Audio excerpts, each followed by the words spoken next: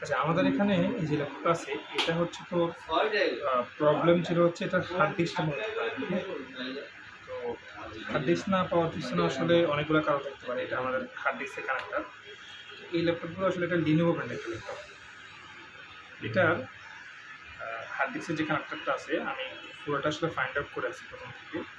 তো এটার আসলে হার্ড ডিস্কের যে কানেক্টরগুলো আছে, আমি কানেক্টরগুলো সবগুলো আমরা চেক করছি। এখানে আমাদের ভোল্টেজের লাইন থাকে, ডাটা লাইন থাকে। তো ভোল্টেজ এবং ডাটা সব কিছু মোটামুটি আমাদের চেক করা হয়েছে। তো আমরা কানেক্টরে কোনো প্রবলেম পাইনি। এরপর আসলে এটার আরেকটা জায়গা থেকে প্রবলেম হওয়ার সম্ভাবনা বেশি থাকে। সেটা হচ্ছে বায়োস। অনেক সময় প্রবলেমের কারণেও এই ধরনের হার্ড ডিস্কগুলো নন ডিটেক্টিভ যে প্রবলেমগুলো হয়, বায়োসের কারণে এই ধরনের সমস্যা হয়। তো আমরা পরবর্তী সময় বায়োসটাকে ফ্লাশ করা হয়েছে। তো বায়োস ফ্লাশ করার পরেও এই ল্যাপটপটা আসলে কোনো রেজাল্ট আসেনি। তো এখন অ্যাকচুয়ালি এটাতে কী ধরনের প্রবলেম হতে পারে? তো এটার উত্তরটা হচ্ছে যে কি, এই ল্যাপটপটার যে প্রিভিয়াস যে হিস্ট্রি আছে, প্রিভিয়াস হিস্ট্রিটা হচ্ছে কীরকম, যে ল্যাপটপটা ওভার হিটিং হতো বেশিরভাগ ক্ষেত্রে, এবং এটাতে এই সার্কিটটা ছিল কুলিংয়ের জন্য কোনো আলাদা করে ফ্যান ইউজ করা হয়নি। যার কারণে ল্যাপটপটা ওভার হিটিং কিন্তু সমস্যা আগে থেকে ছিল।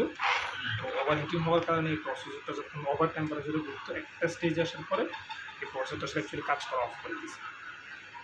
এখন বাংলাদেশে আসলে এই ধরনের গ্রাফিক্স আউট ডিস প্লাস হচ্ছে প্রসেস যে ধরনেরগুলো, এগুলো আসলে খুব একটা সলিউশন বাংলাদেশে, বা এই ধরনের এগুলো রিপ্লেস করার জন্য যে ধরনের মেশিন বা ডিভাইস দরকার হয়, ওটা আসলে বাংলাদেশে নাই। তো আমরা আসলে এই ল্যাপটপের একদম শেষ স্টেজে চলে এসেছি। এটার আসলে সলিউশন বাংলাদেশে হবে বলে মনে হচ্ছে না। তো আরেকটা জিনিস সর্বশেষে আমরা ট্রাই করে দিতে পারি যে এটাকে একটু রিশোল্ডারিং করে। রিশোল্ডারিং বলতে চিপ একই চিপে থাকবে, এটাকে আমরা রিশোল্ডারিং করবো একটা টেম্পারেচার আর কি। যেটার মধ্যে হট গানে হট গানে 400 অ্যাম্পিয়ারে আমরা দিয়ে এটাকে রিশোল্ডারিং করবো। তো রিশোল্ডারিং করার পরে এটা মোটামুটি 6 থেকে 8 ঘন্টার মতো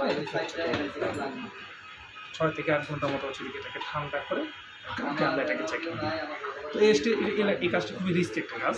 এটা হচ্ছে এমন হতে পারে তোমার ল্যাপটপটা, আমরা 100% শিওর যে এটা চিপ থেকে সমস্যাটা করতেছে। এটা এমন হতে পারে যে তোমার ল্যাপটপ রেডি হয়ে গেছে গা, আবার এমন হতে পারে যে ল্যাপটপটা টোটালি ডেড হয়ে গেছে গা। এই রিস্কটা আমরা অবশ্যই আগে থেকে ক্লায়েন্ট থেকে নিয়ে রাখবো, যে এটা রিস্ক আছে বা রিস্কের ব্যাপারটা শিওর করে নিয়ে দেন আমরা পরের যে প্রসেস আছে ওইখানে আমরা আগাবো। তো এই ল্যাপটপের সর্বশেষ সলিউশনটা হচ্ছে কি রিশোল্ডারিং।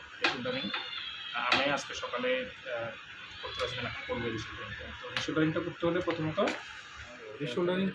আমরা হচ্ছে এটার চারপাশে একটু করে পেস্ট দিয়ে দিব।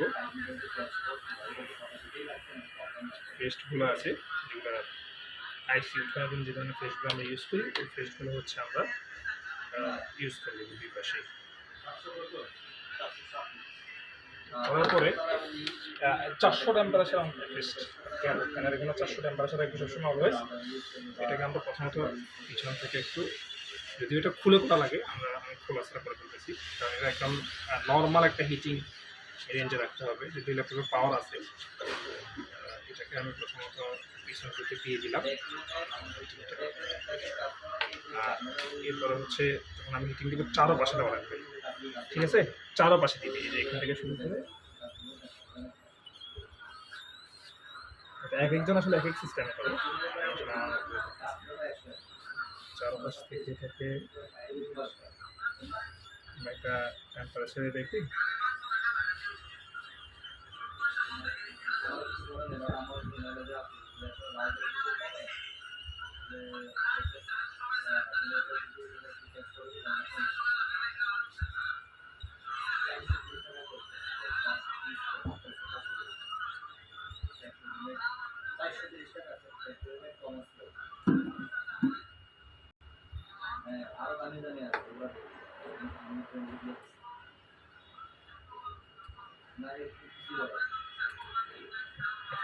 ঠিক আছে। তো আমরা এটাকে রেখে দেবো মোটামুটি 6 ঘন্টা থেকে 12 ঘন্টার মতো রেখে দিলে দেন আমরা কালকে এটা চেকিং করবো আর কি।